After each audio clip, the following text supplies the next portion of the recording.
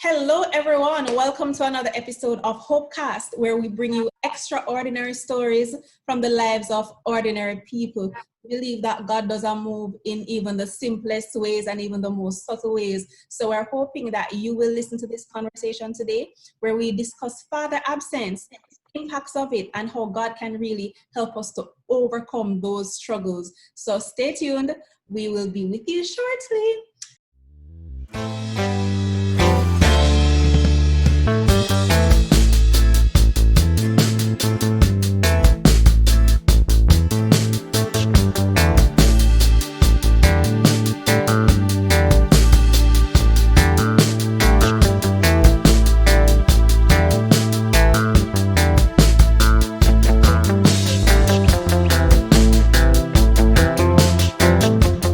Today's guest is Mr. Bowen, and he's going to be sharing his story with us, how he came to embrace God and to embrace his own identity as a man of God and as a member of society. So, Kurt, welcome. It is a pleasure. It is my pleasure in being here. It's true the delight to be here to share my story, to share my experience on the subject at hand. And I hope and trust that it will be a wonderful one. Absolutely. And of course, I have to congratulate you for giving me the space to illuminate on this particular subject. It's my pleasure. So it's my pleasure, really. So, Kurt, how would you describe your home environment growing up? My home environment, interestingly, I thought about all the questions you perhaps would ask first, and I didn't even think about that one. But my home environment, well, I grew up in Norwood, and for the most part of it, it was violence. It was very much big violence and gangs and turfs, guys holding on turfs and stuff like that. Where my housing or my home now, I had my mother, and was four of us, because I had a smaller brother and two bigger sisters. Predominantly, that's how it was. We had other family members who perhaps lived nearby, and so they would always be in the same yard and stuff like that. Okay. So when did you notice that there was a difference in your face with just a mother versus the people that you would meet at school and support that had a father and a mother in the house, a two-parent house? When did you realize that your household was a little bit different? Perhaps some place in primary school, some stage during primary school, I guess I could recognize that very early at perhaps even first grade, second grade, thereabout, where especially when it's report day, would have report days, and you would expecting parents to be coming, and even when you perhaps you got yourself into a little squabble or a little trouble, they say the teacher would say, send for your parents and give us some kind of form, ensure that the parents come. In my head, immediately I'm knowing that that's mother, that's mom, Yes. and so that would definitely give me an indication that there's no father at home, and so it's mom is going to. And then it came home to me even greater, because I recognized that my mother worked very hard at being a single parent, and so I would know that for her to miss work and to come for a report day, for her to miss work and to come for an issue at school or whatever, it would be really of a great challenge. And so I could recognize in those instances from just about primary. Yeah. Did that affect like how you interacted with your mother? Did you try to protect her more from like anything you did at school? Because you didn't want her to have to leave work, so did you try to shield her in a way from? I think so. I mean, I don't know if I should say that it was automatic, but it was almost an expectant. It Like was expected of me, right, for me to behave good, carry myself. I guess it even spoke to my personality, because at the end of the day, I recognized that I was not one of them to be making a lot of noise and be very violent and picking on people, creating fights, and so I would ensure that I don't get in any squabble in that arena, so as to ensure that mom is at work and she does what she has to do. So she doesn't have to miss work at any time, at any point, because if she misses work, that's a day's lost. And then that finance will be impacted on us. And considering that, she wasn't of a great background or anything awesome, but she came from very humble beginnings, just the same. I should I guess can say that she's a mason by trade, and she's a carpenter, so she knows everything about. She built her own house, to be honest. And so I knew this struggle. I remember growing up. Um, just what I tell my batchmates now, and even my wife, that I grew up in a shack. And the other day I searched and I searched and I looked for the picture, and it's really as that is it's a shack when you see little boards patching here, so, and then a canvas patching here, so, and nails, and then pieces of zincs, and it wasn't a proper house, but that was where we came from. And I see how my life, it's almost a metamorphosis, a transformation.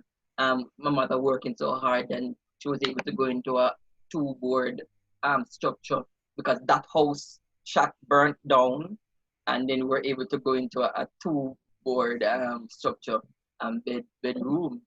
And then she started to now build her own wall house, would want to say. And it took her some 10 years to build that wall house, as I would say in Jamaica, And so I knew how hard it was for her. And so I ensured that I didn't get in any war, any fights, anything that would really take away from finance coming in. So you didn't want to do anything to add to her burdens in any way? Right. I didn't want to add any stress at all.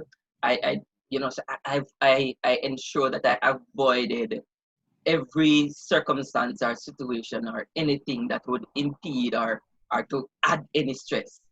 So I ensure that the companies or peers that I hang with were of good reputation. They were good standing at school and thing. And I remember even as far back as kindergarten, perhaps. I brought somebody home, one of my friends home. I'm a young man, and my mother she was very irate. She was, where get this boy from? Where the pin come on me out from her, And but I know that he was cool and thing, and so, but I ensured that the people that I was around, they were of good reputation, they were of good standing, they weren't, in any gangs and stuff like that. I think I protected her in that regard. Did you ever blame your father for the financial struggles or the emotional struggles? Oh yes, oh yes. I think that really came home and dawned on me when I hit high school. When I got to high school, by this time, my older sister, she was by this out of school, but my sister that followed me, or that I followed, she was still in high school, and so I saw the stress.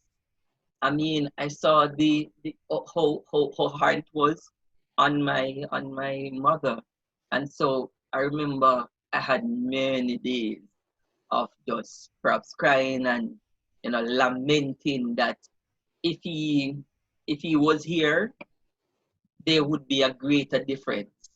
Um, Even when it came on to my academical achievements, that was stunted greatly, that was halted greatly. I was really impacted because my mother was not of a well-to-do either, and so coming home to basically there was no great standing, no great encouragement, And so it was very much difficult. And so when I hit high school, man, it dawned on me very hard, and I struggled. I say many times, even as I expound on the word, that I struggled through high school because that brought on other insecurities, that brought on other weaknesses and things that can can really affect. Just consider a young boy, a young man going through high school as a teenager and doesn't have a father. It can be very devastating because Yeah. when you think about just the biological makeup of a young man and not having structure, not having the strength of a father, not having the father's backing and guiding and instructing and correcting, it was a lot. What kind of insecurities do you think that brought up? I think when I hit high school, everything really came home to me, and I recognized that I was struggling with low self-esteem.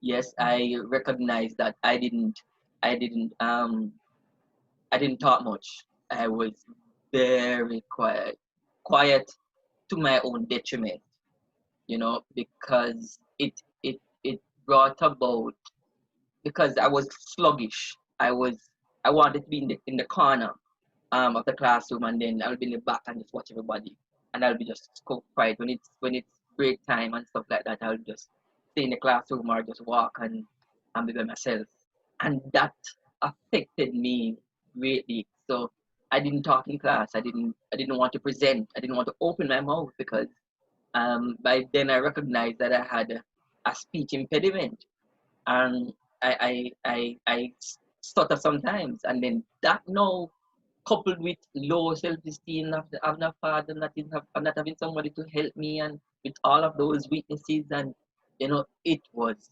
difficult. So even though your mom was there, in some ways you still felt a little bit alone? Yes, yes, because you see, the thing is, and I mentioned earlier how industrious she was her loving and her care and her compassion came through providing and making provisions for us. And so she wasn't the one to come here, my son, and hug and kiss and the forehead or anything like that. It wasn't nothing hearty. But through my eyes, I saw her love coming out through her Yeah. working hard, being very industrious, ensuring that if she doesn't eat, we have something to eat before bed. And so she didn't have the time to be that type of a mother, and coupled with maybe her own background and experiences as well, and so yeah, it was really a challenge. At that time, as a young boy, what did you do with the emotions that you had? For some girls talk a lot, but as a young boy, what did you do with the things that you felt? Were you like a journal writer? You put it in a song? Like, how did you deal with it? Or did you internalize it and tell nobody what go on? I'm thinking about it now. I can't say I journaled. I can't say I spoke about what was happening at home with somebody where I had an accountable partner. I can't say I had those. I would say that I internalized it. I'd say that I suppressed it if I had to, and didn't mention of it. And so maybe perhaps that is what contributed to my low self-esteem and everything else that contributed, all the factors that came with that. You know, I internalized it most definitely. Yeah.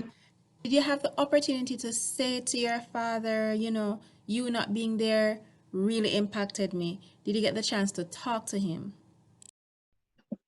Ah, that came years later. So when I was like 25, that eventually came because I would have seen, I wouldn't say periodically, just just moments of him. Like I would see him on the road because I would have been introduced to him at some point. And so I know his face. The first thing you see when you see him is a smile. That type of thing. And so, and he's short. And so when I spot him in Mobi or anywhere, I would just hail him or, but that was very far and in between, But I think when I grew to acknowledging everything that what I experienced, and I really wanted to bring some result to my life. I really want to forgive him and to hear why, ask all the questions and all of that. When I reached 25 and my fiance then, Denisha at that time, when I shared with her and she agreed that first I should speak to him and we're getting married, it was then that I invited him to, when I was living with my mother, I invited him to the house. And I remember we went on the whole stuff, we'd say.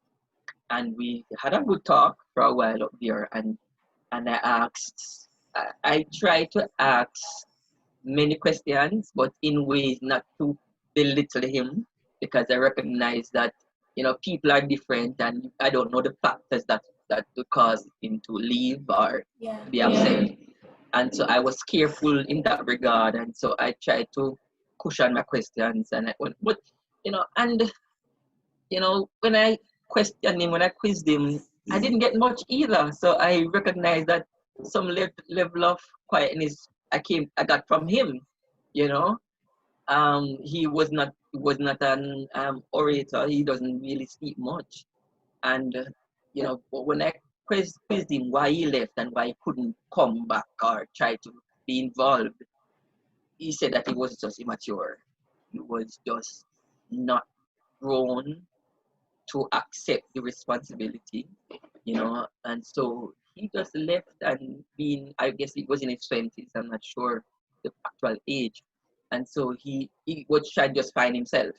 And in finding himself, he had other women and he went off to raise his own family and all of that place. But I guess that conversation brought some kind of result with me or to me, and it brought about, I found consolation in that. I was able to, for the first time in my life, was able to speak to him, share with him, let him know how I felt. And after that, I wouldn't say that it was all glorious and glamorous, considering the disparity of our relationship. However, I tried to keep in touch, but it's neither here nor there. But I guess when I met with him and I had that conversation, was able to bring some kind of resolution. Closure for me, right? Mm-hmm. What would you say now to a young man who They want to be responsible, but as you say, your dad maybe wasn't mature enough at the time. He didn't know the impact that his absence would have. What would you say to a young man that just had a child? Maybe he's young, maybe he's experiencing the same things, maybe the weight of the responsibility, my goodness, may have a youth, what may I go do? And he kind of shies away from it. What would you say to a young man that is going through that right now and trying to make a decision about how to stay or whether or not to stay in the child's life?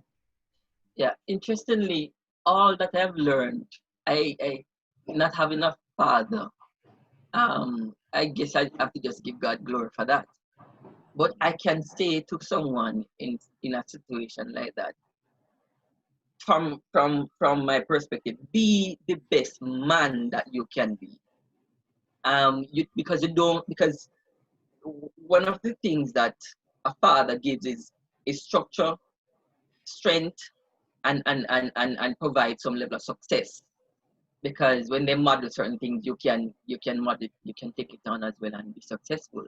And so the father is there to ensure that it brings about some form of structure and stability, and ensure that it strengthens the child, And so I can say to a man who perhaps they are experiencing a situation like mine, give your son that.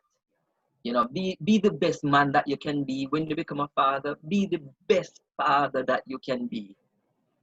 Even though you may have not gotten those things from your biological father, but with your level of intelligence, seek to read, seek to explore, seek to find out how you can be a good father and be the best father that you can be. And interestingly, I was the other day on Father's Day. Every year is Father's Day, it affects me in some sense, But I was looking on Luke Luke 15 with the prodigal son. After the son squandered everything, and found himself and was coming back home, the father never cursed him out, never chastised him, never, killed him or anything, but had compassion on him, showed him love, showed him care, and threw him a celebration, and I think one of the things that fathers have to do in being the best father that they can be is giving compassion, show care, correct them when you must, because most definitely you must correct your child, and ensure that you're there, you're present, you're at the football games, you're a part of their every experience. You're at spelling bee, you're at reading competitions, you're at the whatever. Because one of the things that um, many families experience is that um, the father can be so busy that he misses out on the small and just the minute things from the life of that child. And while the daughters are impacted, but the males are greater, even more impacted from not having the presence and the active presence of the father. And so I would say to that father, be the best father you can be the best father you can be. Give your child everything that you wouldn't get. Did you at any point have that kind of father relationship with someone? Was there a father figure then that you ended up looking up to? Somebody that, well, it's not your biological father, of course, and we know no one can replace that. But was there anyone that took on a kind of role to guide you and like mold you, help you to become a man? Was there anyone like that in your life? I'll say to you, I've thought about that question over and over and over, and I cannot say that I can finger and pointedly say to you that X person, Y person, was there and represented, displayed to me, um, um, you basically helped me to be where I am today. I cannot credit somebody with that Yeah. because there was no one. There was no one. What I did for myself was to try to find, I one of the things that about me was that a turning point happened when I got saved, and that turning point that happened in 2008 with me was a revolution. My my my my thinking changed, how I perceive the world changed, how I wanted to live. I felt I received some amount of purpose, and then I felt that I was given the responsibility to walk into my destiny when I got saved. And that was revolutionary for me. And so when I entered Christendom, I started to know peruse people, just observe events and how people demonstrate themselves, carry themselves, live their lives, or pastors preach, or then care with their family, or husbands behave with their wife, and what I did from nationally or locally to internationally, I watch people, and that I think I picked aspects of a person's life and took on them to my own, and then I guess I've become what I am now. For example, like Reverend Clark, who is my pastor, I I watched his life. I observed him. Observed how he was a husband to his wife. I observed how he was a father to his children, and how pastor to the church, and I observed that, and I recognized that he's priest, he's provider, and he's protector, and I took on those same attributes, those same characteristics, and mark myself into that. But I cannot credit somebody where they were always there, checking up on me, mentoring me, just always there mentoring me because for me, mentorship and being a father figure, for me to qualify you to be like that, you have to be always present in my life. You have to be all constantly guiding, instructing, but that wasn't there. But I indirectly observed persons and took on different aspects and characteristics from them. Mm-hmm. So what I'm hearing is that you took personal responsibility.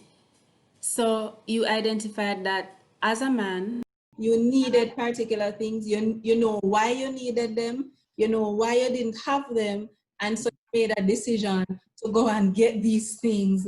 Yes. I mean, it is unfortunate. We know that as a young man, you had to think like that. But in our society today, where so many persons are affected by father absence, this is a decision that many young men and even young women end up having to make as they enter adulthood. Yes. It is. Yeah. It is of a truth that, I mean, I think that is why sometimes you mentioned about thinking and how I had to make up my mind that, hey, Kurt, based on how things are happening in the world today, you can't be a dropout, for example, because um, statistics shows that, especially in America, that the numbers in where fathers are absent in the home is tremendous, when it comes on to father absenteeism, because when fathers are absent, it is the calculation and the statistics is enormous, that oftentimes they either crime and violence the child will fall into, especially males, or they end up missing, or they will be killed by one of their peers. And so, it is quite devastating. how does knowing all of this impact your attitude to fatherhood? It has really impacted me, because um it has brought my vision, to wanting to impact all the knowledge, all the awareness that I have, and the experience that I would have garnered over the years, having having my father absent, and then able to struggle through that. But the fact that I am here, I just tell myself that, when I become a father, I'm going to be the best father to my child. I'm going to ensure that everything that I missed out on, I'm going to ensure that I impart. I'm going to ensure that I impact I always say son. So ensure that my son gets everything, as long as it is within my strength and power. Yeah. That sounds like a lot of pressure. It is, but I've owned my responsibility, and I have come into who I am and who I am seeking to become. There's always an ideal self, and yet you want to attain. There's always that thing of self actualization that you want to attain. And so I am always pursuing that, and I will impart that same perspective towards, my child, and ensure that they grow. Um, you know, What is the most hopeless place you have ever been in your mind?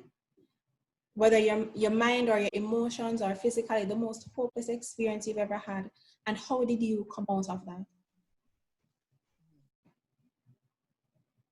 trying to think.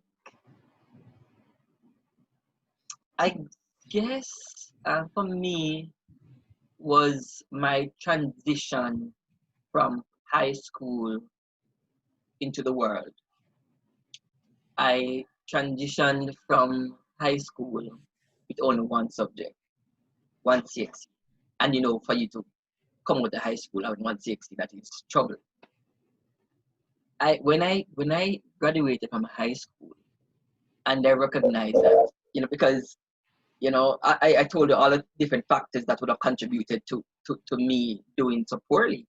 When I left high school, I recognized that I could read, and then later on, I recognized I could spell, and I recognized I could spell and read. That was a good thing. And I even remember because I love cricket, and I was playing cricket one day, and I asked one of the guys, to spell company, and they could not spell it, and we just really tough and spell it for them, and me recognize that I can't spell and read.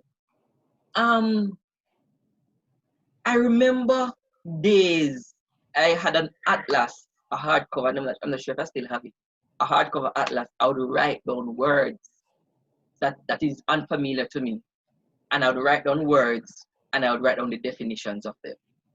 And I would just study them night after night, words. And all of this happened in my transformation, that revolutionary moment of getting saved as well. Just I got graduated 2007 and I got saved 2008. So it was a great transition for me. And I was trying to find my identity, trying to find my place in the world, because I was not working. I was just not doing anything. And I recognized I could read, I could spell. And then I just told myself I can do something with my life. And I just started to go back to school. I went back to classes, and I got the second one. I get the third one. And I made myself qualified by getting my CXCs. And so that hole that I call it a hole in the soul, of which you're alluding to, was that moment when I transitioned from high school and recognized that my life, there's nothing in my life, I have no use. But when that day I recognized I could read, I could spell, that was revolutionary. I went back to classes, I got my CXC, and I just started just going till I'm now in college, and I can't, perhaps we don't have enough time to tell you how I matriculated by, but even as I came into the church, when I got saved, when I came into the church 2008, nobody knew me. My mother was a part of the church. She backslid, but so the entire house was unsaved. I was the only Christian in the house, 2008, and I told myself that if I'm saved, I want to be saved for real, and I ensured that I was going to my converts classes, my discipleship classes.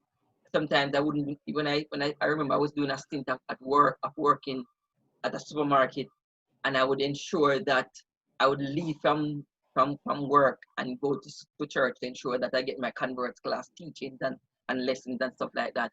And they didn't miss me. And I started to keep the word very seriously. I started to read the word. I started to study the word. And I remember days I never usually get days, a full day off. I would get half days. And when I get those half days, me just come home, me turn off phone, me turn off TV, me lock the door, me shut window, and I would just study the word. I would just study scripture. And I believe what I know now is a testament to what I studied then. Because sometimes when I'm preaching, things come back to me, I'm like, oh, I never studied this. But it was those primitive years that really helped me to build that foundation. And I remember I just told myself, between, in my transition in church and stuff like that, that I want to know God for real. I want to know Him, until I went to the extension, Bethel Bible College, 2011, 12, thereabout. And that helped me because I wanted to know God. Didn't went to preach, didn't went to pastor and that. I just went, I wanted to know God more. And that 1 year helped me tremendously in knowing, enjoying close to God and studying the Word of God more. And then it's like everything just kick off in my life. From boys ministry, president to youth, teens ministry president, youth president, to go. I ascended right up to the highest, um, position in the church. Well, apart from the pastor, but being on the council board, you know. And when I looked at my life, this is the little boy that struggled. Oh God, this is the same little boy that had his weaknesses, has his challenges. The same little boy that would hide in the corner of the classroom, not to be known or noticed by anybody, would just stay away and just be quiet with himself, and nobody knew.